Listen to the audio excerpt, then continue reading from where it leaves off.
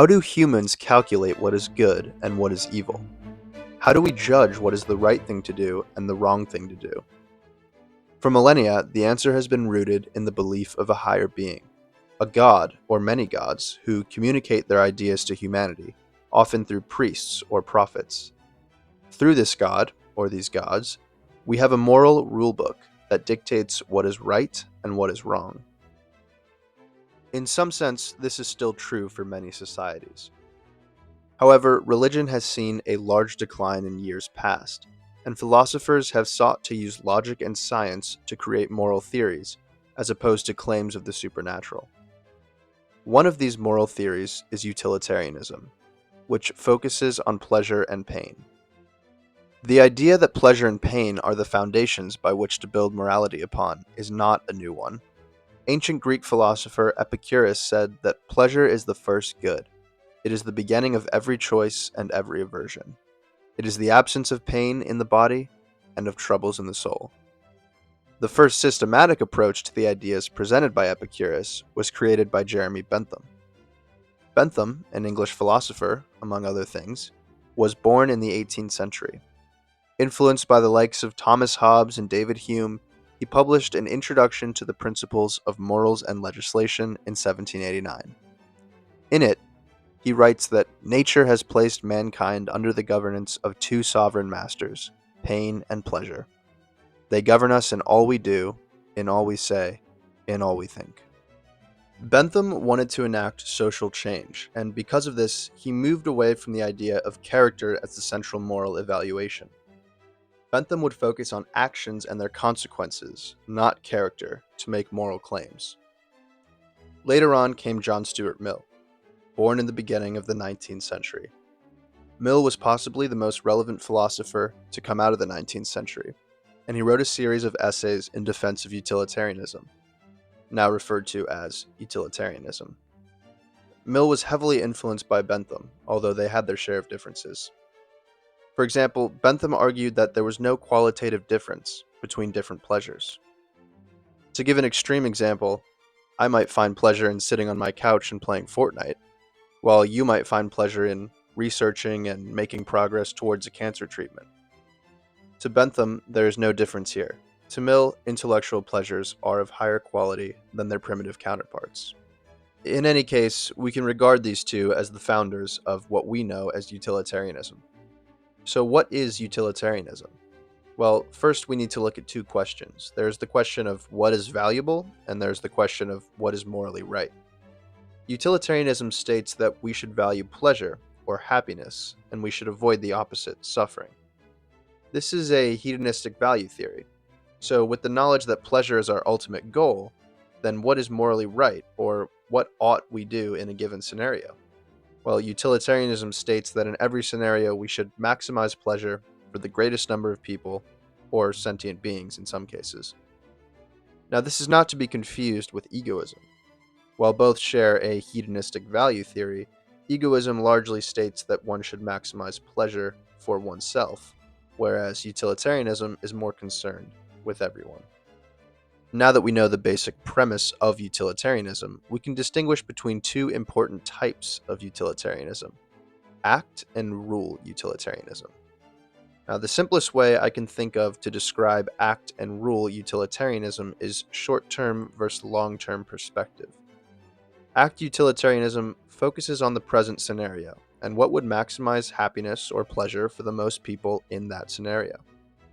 Rule utilitarianism takes a longer-term perspective, looking at a set of rules and judging actions based on those rules. What rules will maximize happiness for the most people if society follows them? To articulate the difference between the two, let's look at a thought experiment. Imagine a war between two nation-states. One nation has the capability to end the war right now by developing a nuclear bomb and using it to wipe out the enemy's key strategic locations. However, they will kill tens of thousands of civilians in the process. Now, they also have the option to continue without the bomb, confident that they can win the war, but knowing it will take years and hundreds of thousands of soldiers will die on each side. What should they do? Now, an act utilitarian might confidently suggest we use the nuclear bomb. I mean, we can end the war right now at the cost of tens of thousands of lives, which is clearly better than continuing the war and costing hundreds of thousands of lives. A rule utilitarian, however, might have a different suggestion. They might argue that developing and justifying the use of nuclear bombs will have a long-term negative impact on humanity, setting a precedent that will ultimately cause much more suffering. Nations will race to create new and even more dangerous technology, and society will be in a constant state of fear of the possibility of nuclear warfare. Therefore, they might suggest that we do not develop the nuclear bomb, and instead continue without it. Of course, this is almost exactly what happened in World War II between the United States and Japan. US President Harry S. Truman used a very utilitarian, specifically act utilitarian, approach to the nuclear project. He said that we are now prepared to obliterate, more rapidly and completely, every productive enterprise the Japanese have above ground in any city. We shall destroy their docks, their factories, and their communications. Let there be no mistake. We shall completely destroy Japan's power to make war. On analysis of Truman's actions during the Second World War, Michael Rockler said that it could be assumed that with the end of the war in Europe, an invasion of Japan would be successful, and that the war could be ended with the conquest of Japan. However, to do this would cost a lot of human lives. Truman heard estimates that put the death toll in the range of 500,000 to 1,000,000 Allied casualties.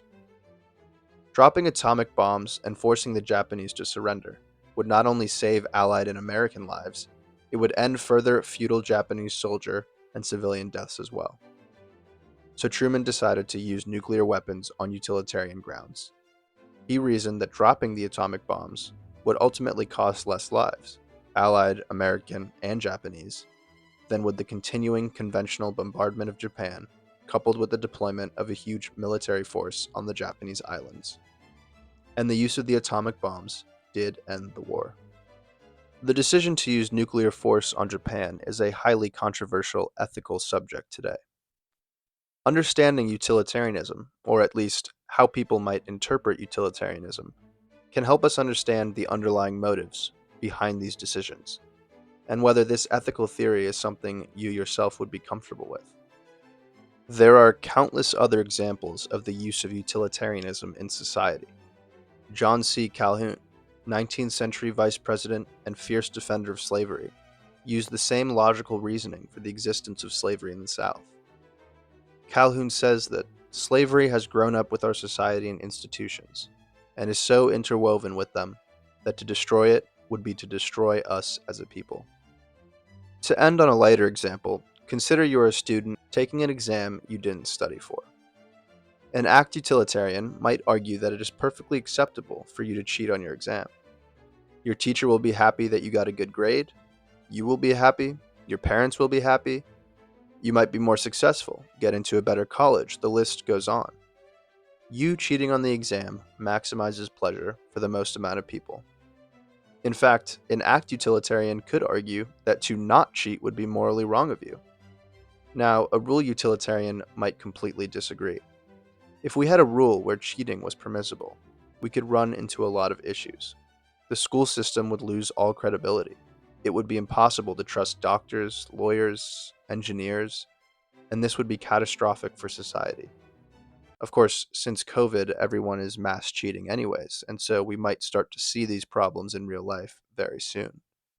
But anyways, this is the difference between act and rule utilitarianism.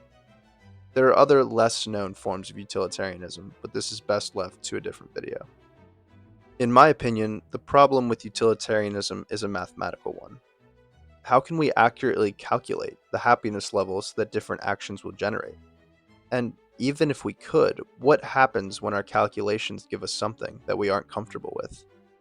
Chances are the moral theory will be quickly left behind if an act utilitarian calculated, for example, that slavery is okay.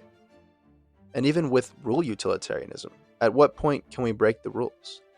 Can we lie if it is to save a family member or to prevent our own torture? And if we create complicated rules to allow for these exceptions, at what point are we right back to act utilitarianism? In my opinion, utilitarianism fails to account for inherent human worth. If every human is just a happiness value, human life itself has no worth. Only our collective happiness matters.